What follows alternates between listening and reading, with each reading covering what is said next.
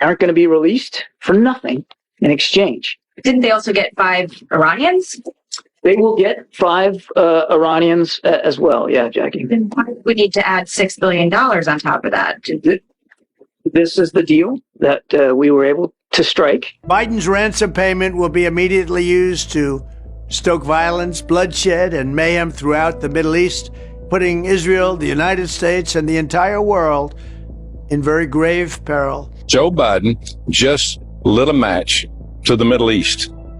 Israel has got to be on alert. The news that the deal is moving forward is drawing criticism from both sides of the aisle on Capitol Hill. The way to avoid having hostages taken by Iran is to be strong, firm, and resolute, and to not use carrots in the form of $6 billion, but to use sticks in the form of threats to things that Iran holds dear. $6 billion they want released, and they're going to have choice. They're going to use it for humanitarian aid.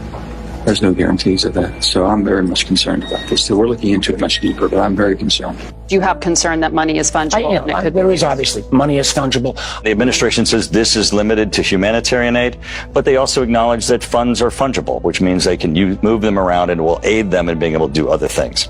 So people are very concerned. It seems, very clear to the critics on both sides on the Hill that money is fungible. That's the criticism. Right.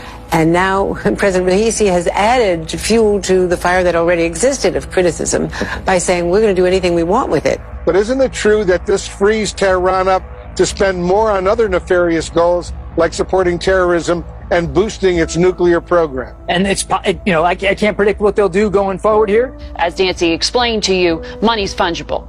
Right. And so any financial relief can be used by the regime in another way, and that's why there is real controversy to this. It's fungible.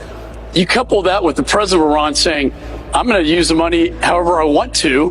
Where's that going to go? It's going to go into terror proxies.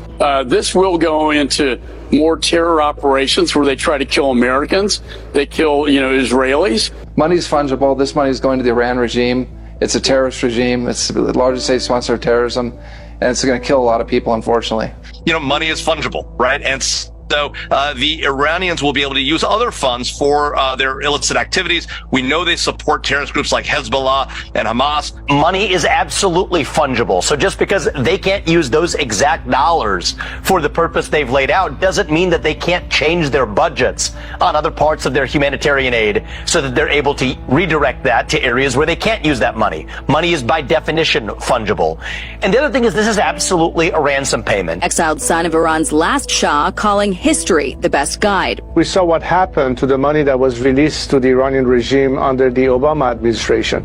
It went to further finance the regime's proxies in Syria and Lebanon. Even though the administration claims these funds are limited to humanitarian transactions, we all know that transactions are difficult to monitor.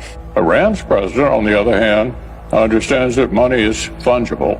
Tehran continues to funnel resources to terrorist proxies like Hezbollah in Lebanon and Hamas in Gaza that attack Israel. Money is fungible, so Iran may have known this money is coming and used other funds to help fund this attack that happened.